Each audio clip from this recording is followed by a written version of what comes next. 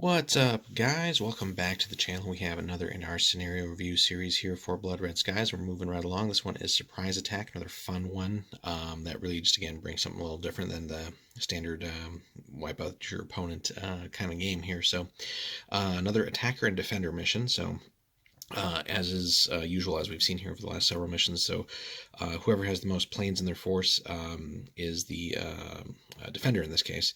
And then if points or numbers of plane are equal, you would roll for initiative. The high roller is the one attacking and has the option to use the numbers theater card as one of their theater cards. And then the defender here has the home advantage theater card as one of their choices. So note that random starting advantage is not used in this scenario. So theater and doctrine cards that modify that are essentially useless. However, except radar support, which we'll see below here when they kind of explain things. So elements here. So due to the nature of the scenario, the attacking player is limited to a maximum of 6 aircraft in their force, in addition to the bombers, which we'll see below. And then the attacking player deploys in 2 or more elements with at least 2 aircraft assigned to each element. Each element must entirely comprise planes from the same squadron. The attacking player is assigned 1 extra element of bombers, and a little bit different than the previous mission, so you basically have single or twin engine options, nothing bigger for this one. So each bomber element forms a squadron in itself, and then use markers for bombers if no models are available. Then the defending player deploys in 3 or more elements with at least 2 aircraft assigned to each element. Each element must entirely comprise planes from the same squadron. So basically, yeah, you'll have maximum of 6 plus your bombers, and again, depending on the 2 opponents, time of the war, and just what's all available to. So this can be really a very different game each time. And certainly, if you play this mission twice with whoever you're playing in swap roles, basically. So again, just being able to play both sides of this over a course of a couple games it just keeps everything fresh and really just interesting, and so you can both sort of see the challenges that the attacker and the defender have as well. So that's a great part about these missions. So the deployment sequence here, so assuming essentially like a 4x4 map here, and based on the picture they kind of provide here, it does seem like it's going to be a 4x4, which is pretty typical for this game. Of course, there are other sizes you can do depending on the size of the game and other things, but that's for a different video. So terrain cards, deal out 4 random terrain cards and place 1 face up in each quarter of the table. So for the scenario, divide the tabletop from corner to corner over the target marker to get the quarters like so. It's basically a giant X with the X in the middle, obviously. Then target and flag. So place a target marker in the center of the table and the associated target card in a convenient spot off to one side. So in this scenario, the target chosen must be of basically triple star here difficulty or higher. The defending player, or triple asterisk, whichever, the defending player draws 2 light flak cards and 2 flak barrage cards at random. 1 light and 1 flak barrage card are placed with the target card. The other light and flak cards are concealed under terrain cards and only revealed when the alert is sounded. So see below. Use spare terrain cards to disguise which areas have the flak cards hidden on them. And then we finally get into the different elements.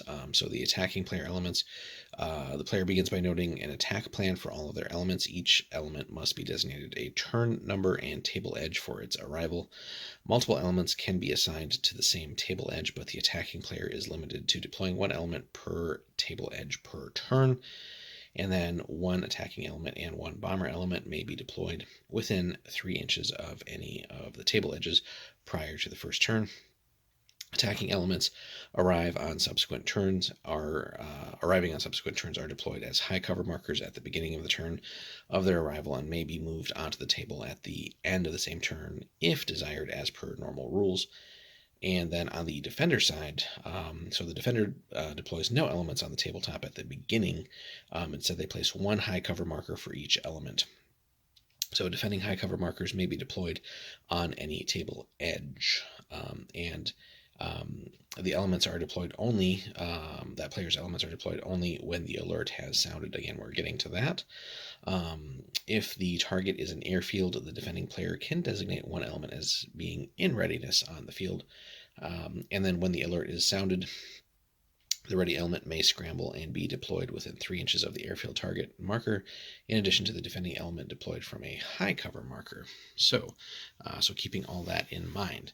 So then getting into sort of the start of the game and the sequence and sort of end game here as well. So starting advantage level. So all attackers begin disadvantaged due to basically a low level approach to kind of avoid radar. The attacking player can elect to bring in subsequent elements arriving from high cover markers as advantage, neutral, or disadvantage at their option, which is a great bit of flexibility there for the attacker to have.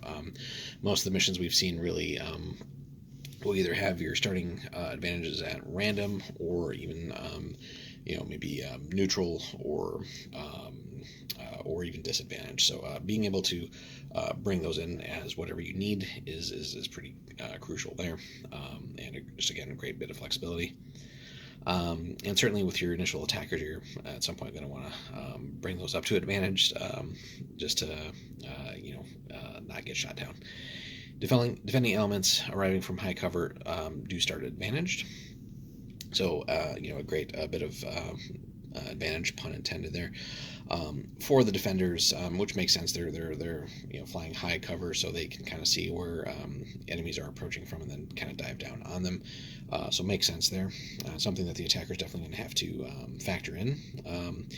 Defending aircraft scrambling from an airfield do start disadvantaged. Again, that makes sense. Also, if any damage has occurred to the airfield at the point where the ready element scrambles, the element squadron suffers a boom chit for each hit point or area already scored on the airfield. So that can be pretty nasty. And if you get really lucky as the attacker and really aggressive and do manage to put a few hits there on the airfield, you can certainly have that pay off later on with accumulated boom chits already. Special rules then. The bombers begin the game laden with bombs or torps. Laden rules, we'll cover that in a separate video. Any other attacking aircraft may have strafing ordnance loaded at the option of the attacking player. So again, another wrinkle to the scenario here on page 32. And then finally, sounding the alert that they've mentioned several times now. So gaining surprise for a low-level attack proved to be essential for success or even survival. So once alerted, all flak guns would be fully manned and loaded with their gunners waiting, and far more dangerous than when caught by surprise. So it makes sense, of course. So in this scenario, no flak can fire until the alert has been sounded. So roll 3 dice at the start of each turn. If a success is rolled, the alert is sounded. With just the sheer randomness of rolls. So in some scenarios certainly could happen first turn, or might not happen for a few turns. However, the alert is sounded automatically at the end of any turn if a target marker has been attacked, which really, given most aircraft speeds, depending on nations involved and also time of the war and all that, so really by turn 3 probably something's been attacked. But anyway, once the alert has been sounded, it stays in force until all enemy aircraft have left the table. So, that being said, as the attacker, probably makes sense. If you're going to commit to whichever thing you're attacking, probably best to just strike it in force right away, if possible. Instead of waiting for the enemy to roll and maybe even get the alarm sounded anyway, and then you have to deal with flak. So certainly again, it pays to be aggressive here as the attacker.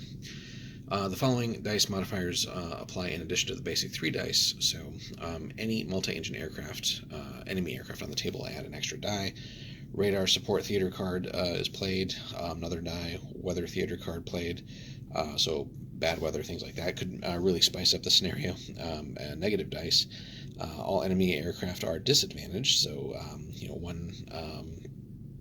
one sort of thing in favor of keeping your aircraft low, essentially by having them stay disadvantaged. So potential strategy there. And then all enemy aircraft are over flat, undulating, or elevated terrain, also negative dice. So this really brings in a nice way of representing these actual things that are terrain and time of the day and weather and all that stuff specific, without making it overly complicated. That being said, even with all the negative dice potentially, chances are the enemy will probably have radar support or something like that, and really to get all 3 of those negatives there to essentially be able to attack with complete surprise is going to be pretty rare, I would say. But could be interesting too. But anyway, it just depends on the luck of the dice there ultimately. But certainly the defender will hopefully try to do their best to gain those dice, and then the attacker would try their best to approach stealthily. But again, once the attack is on, obviously the alarm sounded, and then all hell's going to break loose, and then the defender will probably bring in their extra elements and so on. So it's going to be pretty crucial there then to start climbing for advantage and stuff, just to not start getting shot down. Anyway.